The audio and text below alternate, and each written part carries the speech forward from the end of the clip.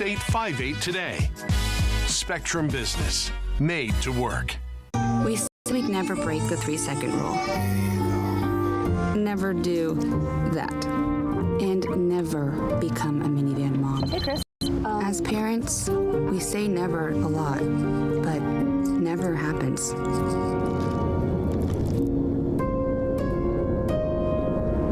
So when you say you would never leave your child in a hot car, know it can happen. Before you leave the car, always stop, look, lock.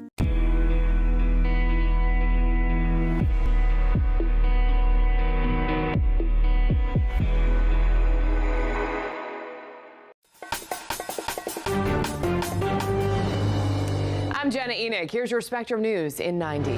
The 2024 election is just 62 days away, and both Donald Trump and Kamala Harris are focusing their time on battleground states. Trump will be taking part in a town hall event in Pennsylvania today to discuss how he is preparing for the debate.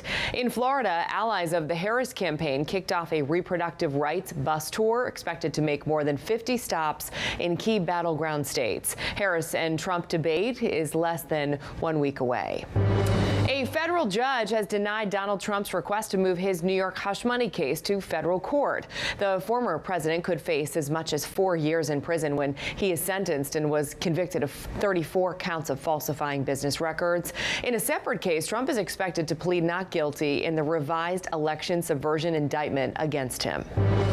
Well, the U.S. Department of Justice charges the leader of Hamas and other senior militants over the October 7th terrorist attack. The indictment is the first criminal step by the DOJ to hold people accountable for the attack in Israel. The defendants face 7 counts, including terrorism. The White House says it is developing a new ceasefire and hostage deal proposal with its Egyptian and Qatari counterparts. Those are your headlines. Now, here's a look at your weather on the ones. I'm meteorologist Ian Cassette. While those in the Northeast are experiencing fall-like weather, the desert Southwest just can't escape this heat. We have dangerous heat expected Wednesday, and this is going to last for a few more days before a little relief. But areas in the pink in Arizona, California, to the north into Washington State could see 100 to 115 degrees on Wednesday. So we do have a major heat risk for these regions. We'll talk more about this relief in the next 10 minutes on Weather on the Ones.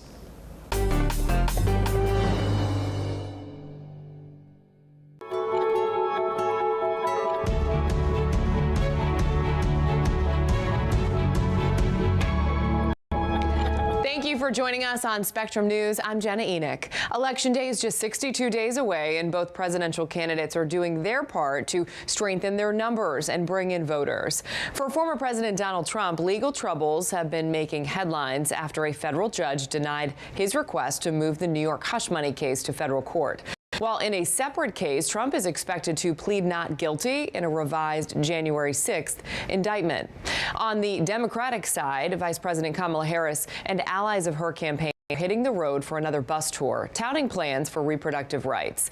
The tour will make more than 50 stops in key battleground states, as the first presidential debate between Harris and Trump is less than a week away.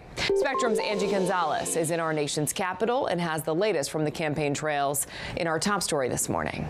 Both candidates have scaled back their campaign events this week as they prepare for their September 10th debate. Former President Donald Trump will make a virtual appearance at the Republican Jewish Coalition's annual leadership summit in Las Vegas today. Tomorrow, he'll deliver a speech at the Economic Club of New York, and Saturday, Trump will hold a rally in Wisconsin. Focus on the issues, Mr. President. Every poll says the same thing. The American people trust you with what matters the most to them: the economy, inflation, border security. During a visit to New Hampshire today, Vice President Kamala Harris is set to roll out more of her economic agenda with a focus on small businesses. The Democratic presidential nominee is set to propose an expansion of tax incentives for small businesses. The vice president is focused on people's everyday lives, tax cuts for the middle class, more affordable housing, looking at everyone and saying, I care about you. The economy is an issue where the candidates have distinctly different views. To help the middle class, Trump sees tax cuts for businesses and the wealthy as essential for promoting more investment. On the other hand, Harris is pushing for tax breaks for entrepreneurs and promises to upgrade the class through homeownership and by easing the high costs of parenthood. We are, this race is running as an underdog, and that there are voters out there that are open to Vice President Harris's plans and policies. Trump's campaign insists it has momentum in this race. In a memo issued Tuesday, the campaign cited an ABC News report which found Harris did not see an overall bounce in support coming out of the Democratic National Convention. And Jenna, that memo did not mention that the same ABC News report said that Trump also did not see a bounce in support following the Republican National Convention in July. Jenna? Angie, there have also been some new developments in 3 court cases against former President Donald Trump. What can you tell us about those? Well, 2 of the 3 cases include the New York hush money case and then the refiled indictment in the federal election interference case against Trump. Now, in New York, a federal judge has denied the request from Trump's legal team that was seeking to move the case from state court to federal court in a bid to delay his upcoming sentencing or get it tossed entirely. Trump has also waived his right to appear at a hearing for the retooled January 6th case, which was refiled by special counsel Jack Smith last week. Now, Trump also pleaded not guilty to those charges on Tuesday. In a 3rd case, though, Jenna, a federal judge in Atlanta has ruled that Trump must stop using the Isaac Hayes song, Hold On, I'm Coming, at his events. The musician's estate filed a lawsuit alleging that Trump infringed its copyright and should pay for damages for using it. The injunction stands while the Hayes estate pursues a lawsuit against the former president. Jenna? Angie, thank you.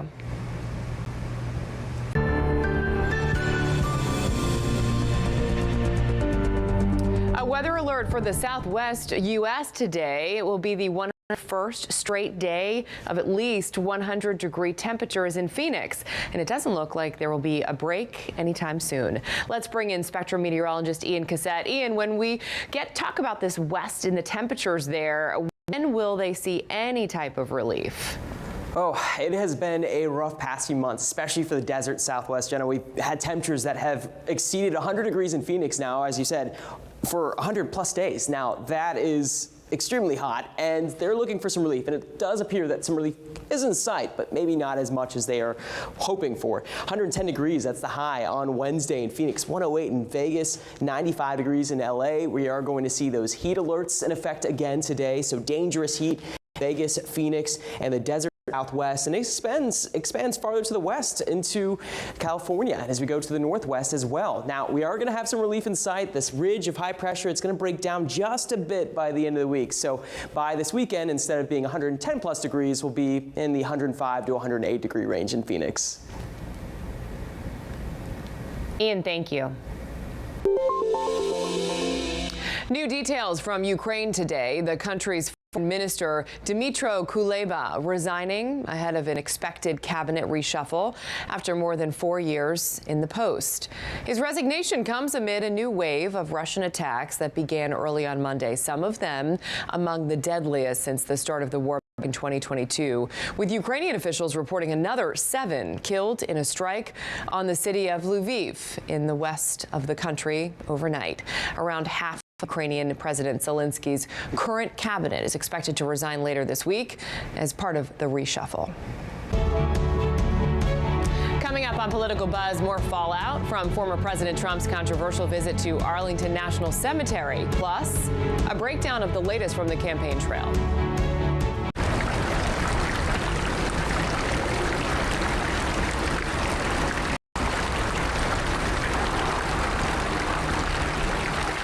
Here's the deal. In this election year, people need a place to explore national issues that have an impact on their community. To understand those issues better, we're bringing together our team of local political journalists from across the country to break down what's happening. Join us every week to catch up on the key stories making a big difference across the nation and in your local community. Watch The Big Deal with Errol Lewis Friday nights at 9 Eastern, 8 Central on Spectrum News Plus. Available on all of your favorite devices exclusively on Spectrum. At Spectrum, we know that internet is a vital tool to help you fulfill your dreams. My dream is to become a video game developer. My dream is to get my online college degree. That That's why Spectrum has affordable solutions to keep you connected. At Spectrum, we are committed to delivering reliable, affordable internet and unlimited mobile to keep you connected to what matters most to you.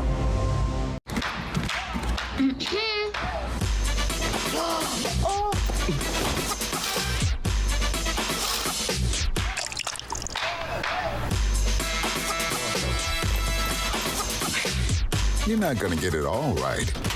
Just make sure you nail the big stuff. Mama! Like making sure your kids are in the right seat for their age and size.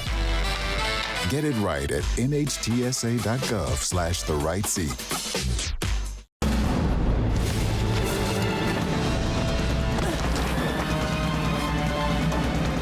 Even the mighty might not see it coming. It's prediabetes, and it captures 1 in 3 adults. But you can escape. Take the 1-minute prediabetes risk test to know where you stand and prevent or delay type 2 diabetes. Be your own hero on smartphones everywhere at doihaveprediabetes.org.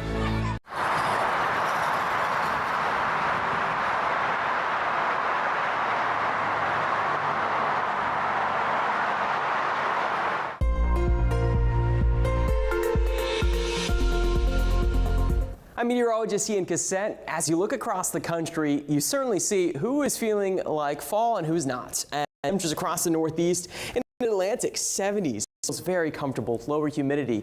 It is cooler across the Southeast, but having to do with storminess. And in the desert Southwest, the big story is this heat that's going to continue. 110 degrees in Phoenix on Wednesday. So dangerous heat in part of the country. 110 in Phoenix, 108 in Vegas, to 95 degrees in Los Angeles, and over 100 degrees in Bakersfield, across the valley northward, even up to Portland. We're going to get into the 90s. So this heat's going to last here as we have this pattern through at least the end of the week until things start to finally break, where we are going to see the pattern change. But until then, you can expect more of these alerts. We have heat advisories in California and heat warnings in Phoenix and Vegas, where we will see those temperatures reaching well into the hundreds. And it's been 100 straight days in Phoenix with 100-degree highs. We're to 101 here today. So dangerous heat here, and that is only going to continue. What's really been driving it is this ridge of high pressure. You see that stagnant pattern across the south. So when it's stagnant, things aren't changing. Whereas you go to the northeast and you've got some of that cooler air. So that high pressure ridge, it's going to last here through at least the end of the week before things finally do break, as you see a system will be coming from the northwest. But over the next few days in Phoenix, it's going to be a little bit better as a ridge does break. We're going to go for 113 degrees Thursday to 108 degrees by Saturday. So some relief is in sight, but the big picture shows you the west has been running well above average. That's going to continue into the weekend. The east is going to be below average. So we are seeing some of that raininess in the southeast leading to changes, and also that cooler air. But the northeast feeling really good right now, and another shot of some fall-like weather is on the way. So we're going to talk more about the overall pattern, especially the storminess in the south along the tropics, coming in the next 10 minutes on Weather on the Ones.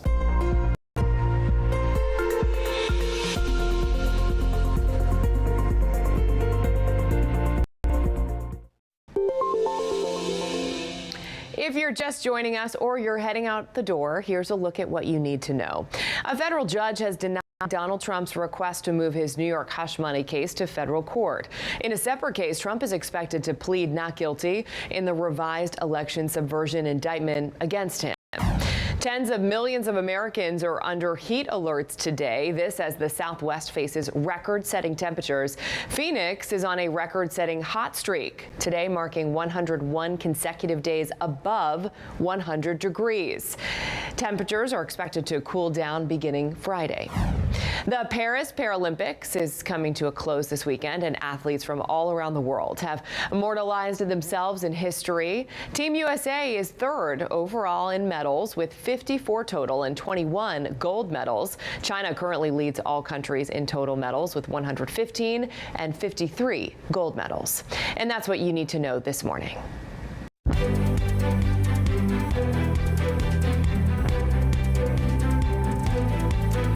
New criticism of Donald Trump's controversial visit to Arlington National Cemetery from the son of the late Republican senator and war hero John McCain. The former president and his campaign have denied reports that they pushed aside an Arlington Cemetery staffer who tried to prevent them from filming in the section where recent U.S. casualties are buried. Well, the cemetery cited rules that prohibit political activity on its grounds. Trump posted on Truth Social yesterday calling it, quote, a made-up story after Vice President Kamala Harris weighed in, saying Trump, quote, disrespected sacred ground, all for the sake of a political stunt.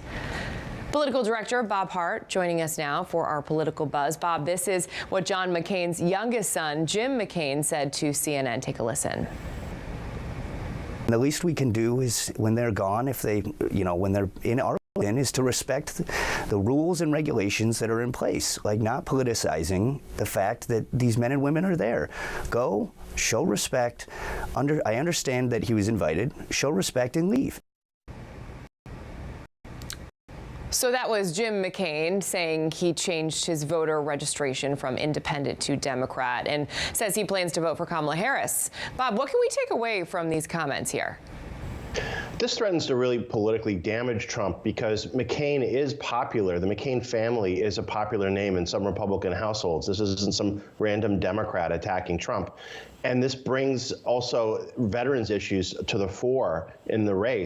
And there's certainly veterans on both sides of this race, some who support Trump, some who support Harris. But it really does make it look as if Trump was politicizing his visit. You shouldn't probably be in Arlington with a thumbs up with an awkward smile. I understand McCain's son's point, which is you go, you pay your respects and leave. That's clearly not what happened in Arlington when Donald Trump was there. Well, the two presidential nominees are using the week before their debate to sharpen their economic messages about who could do more for the middle class. Well, Harris is holding an event today while Trump will address a group tomorrow. So what do voters want to hear from Trump and Harris? They want to hear whip inflation now. Now, listen, inflation is definitely not where it was a year ago, but the prices haven't suddenly returned to 2019 levels. So it's something on the minds of a lot of voters.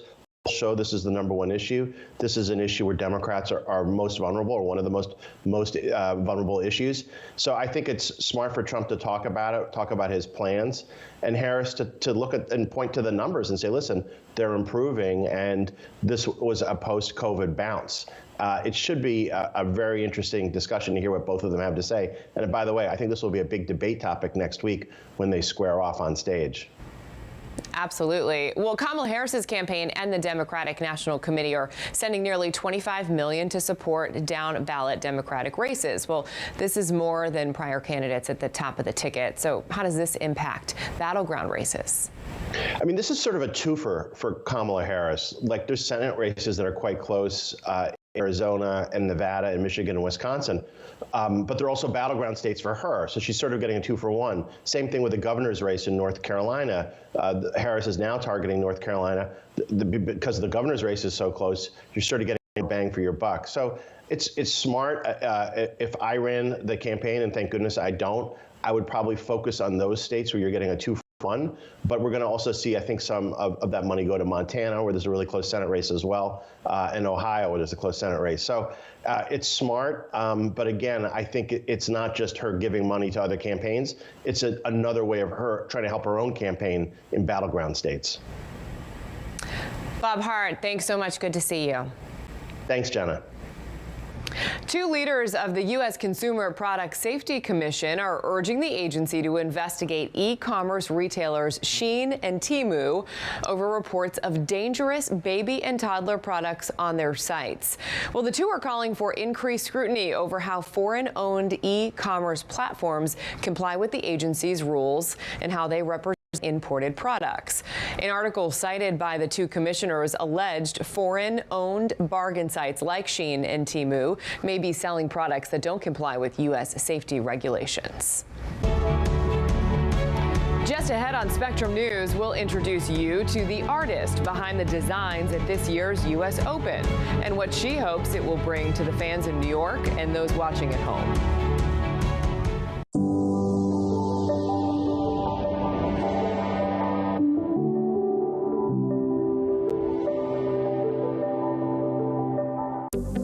Spectrum News Plus. News from a new perspective.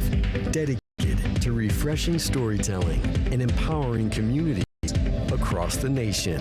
With balanced reporting, providing real context and in-depth coverage 24 hours a day. Here's a look at your forecast across the country. Local stories, connecting communities. We are Spectrum News Plus. Streaming now on the Spectrum News app and free with your Spectrum subscription. Give me one good reason why I shouldn't switch to Spectrum Enterprise. Well, you said our services meet some of your technology needs. But not all. Well, maybe you have too many. Demand better. And when they call you unreasonable, call us. Look, I'm switching to Spectrum Enterprise because they'll be a true partner, and I can't run this network without one. I think you can. Our clients do it all the time. Demand better. And when they call you unreasonable, call us. Food isn't just fuel to live, it's fuel to grow. My family relied on public assistance to help provide meals for us. These meals fueled my involvement in theater and the arts as a child, which fostered my love for acting. The Feeding America network of food banks helps millions of people put food on the table. When people are fed, futures are nourished. Join the movement to end hunger, and together we can open endless possibilities for people to thrive. Visit feedingamerica.org/actnow.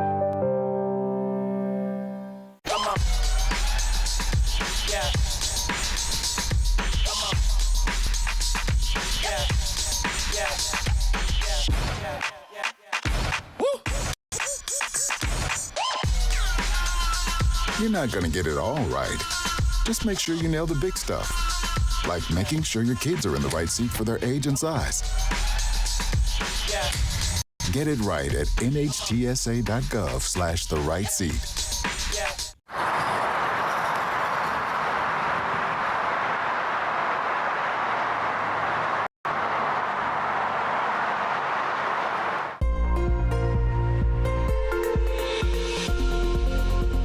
I'm meteorologist Ian Cassette. The west, hot and dry, but the southeast, very stormy here. We have some heavy rain totals expected through the end of the week, coming from a stationary front to the northeast. A bit of rain possible with another front coming through, but that's only going to provide a reinforcing shot of some drier and cooler air. It's this front that has been an issue for the Gulf Coast. From Texas to Florida, we've had a steady diet of storms, and that is only going to last here through the end of the week. So through Wednesday, Thursday, rounds of rain even included at night that we could see heavy downpours coming from this stationary front with a lot of tropical moisture. Meanwhile, drier to the north with some of that lower humidity. There is a risk of flooding. I'm not as concerned with the severe weather threat as I am with the risk of flooding. And there's a level 2 risk of flooding for Louisiana and into Mississippi, extended northward up to Jackson, Mississippi, Houston included, as well as we may see up to a half foot of rain, especially Louisiana, I think has the best odds for that to happen.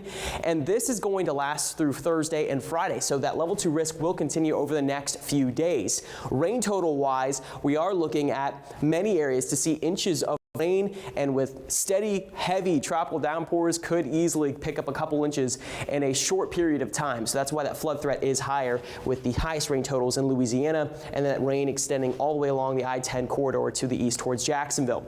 As you look at the atmospheric moisture, this really telling the story. Look at the drier air in the northeast all the way down to Georgia and to the west. A lot of us feeling at least with lower humidity. Of course, it's very hot in the west, but here is where all that tropical moisture is just being funneled right where that front is, and that is going to lead to those heavy downpours. But none of this is expected to develop into anything tropical. That does not look very likely. We look elsewhere in the tropics, and we do have this tropical wave in the Caribbean now. This has had lowered odds. It just doesn't seem to be coming together as models were indicating last week. We also have a couple of tropical waves that are out in the Atlantic. Neither of these expected to be concerned, at least in the short term. So we'll keep an eye on it, but there are no immediate threats right now. So despite the fact that we are heading towards the peak of the hurricane season, things are relatively quiet or not concerning. We've had a long time since a named storm developed. So keep checking back in for more updates here, especially as we hit the peak.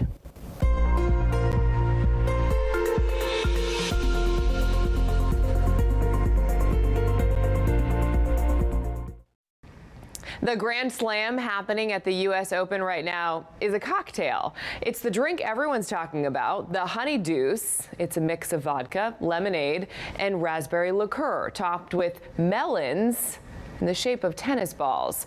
Well, sales for this drink at the U.S. Open in New York are expected to hit more than $10 million by the time the event ends.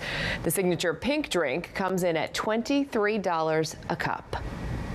And besides the hit drinks and competition on the court this year, organizers at the U.S. Open in New York also want the world to know that the tournament is simply a chance to celebrate the sport. The tournament's official art going beyond just the merchandise. It's on display for fans to interact with across the grounds of the Open. Our Alyssa Policelli caught up with the artist, the first American woman to design the Open's official art in 15 years. Around the grounds of the USTA Billie Jean King National Tennis Center are these oversized, colorful tennis balls. While they make for a fun photo, they are actually part of the tournament's theme this year, celebrating the power of tennis. Designer Chelsea Forrest is the artist behind the official U.S. Open theme art this year. It can mean so many different things for so many different people, which is where the concept came from, of having all the different tennis balls and having different pictures in them to mean and represent different things. The main design seen on U.S. Open advertising, merchandise, and other branding features a can of 4 main tennis balls against the blue of U.S. Open courts. Each ball has a unique design and represents an element of either the U.S. Open or tennis as a whole. Fans can take a photo with the main design when entering the main gate of the U.S. Open. I think that's probably one of the most exciting things is when you're a designer artist, people interacting with your art. I feel like I've been kind of like sneaking photos of other people because I'm just like, this is so cool. The red ball at the top with the heart represents health and wellness. The bottom 2 balls, diversity and inclusion, as well as tradition. And the second tennis ball, which resembles the MTA subway map, represents New York City. Because what is the U.S. Open without New York? This one represents the subway system, which is really, I think, beautiful is that it brings communities together from all over the globe. It brings people right here to the U.S. Open. While the tennis balls on the main design represent the 4 most impactful pillars of the tournament, the design features a collection of 16 tennis balls in total, each featured in and around different corners of the U.S. Open. Some design concepts are more obvious, others a little abstract. Some of these are very, very literal, like community looks kind of like people, it's a head and the body, whereas this one's kind of like a target, showing focus. So some of them are very abstract, some of them are very literal. This one's supposed to be, fans in a stadium, that's the different stadium rows. And then obviously that one's a little bit more literal with tradition. Ferris came up with the idea and mock of the design in just 10 days. Officials with the U.S. Open say her execution of the theme, celebrating the power of tennis, is the tournament's commitment to promote the positive effects of the sport on the biggest stage. Alyssa Policelli, Spectrum News. I love all of those art pieces. I especially love that each one has a special meaning to the entire U.S. Open. You can stay connected with us right here on Spectrum News, of course, by getting your national and local headlines on the go. Just download that free Spectrum News app. It's available in the App Store and on Google Play. I'm Jenna Enoch. Thanks for watching. Your Spectrum News in 90 is coming up right after this short break. Stay with us.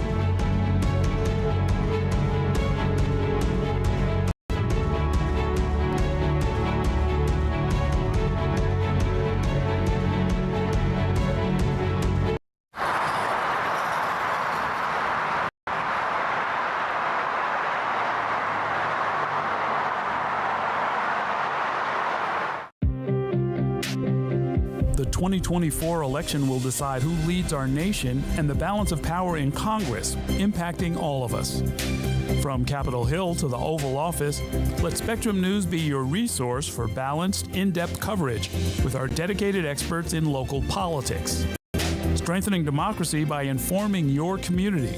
That's our mission. Available on all of your favorite devices, exclusively on Spectrum. At Spectrum, our workforce of over 100,000 employees are all located right here in the U.S. You can find them in our stores, in the field, and in our call centers with 100% U.S.-based customer service. Our team works hard to provide the towns, cities, and neighborhoods they live in with the reliable services that everyone counts on, making us one of America's most trusted companies. We're Spectrum, creating jobs and opportunities across the country and proud to be 100% U.S.-based. Sometimes in life, in order to move forward, it helps to look back. To learn from the pioneers and trailblazers. To gain inspiration from those who came before us. to show us what it means to act with empathy and to show that love has no labels. Join WWE and Love Has No Labels throughout the year in celebrating people from all communities and heritages. Because when love has no labels, that's a love we can all fight for. Women are bad with money. That's what the world's been saying for centuries. But now we've got something to say. Save it. It's time to save ourselves by saving our money. Until we're no longer 80% more likely than men to live in poverty in retirement. Save it. The falsehoods, the feelings of fault. Then, the funds. Learn how to save for your retirement at WeSaySaveIt.org.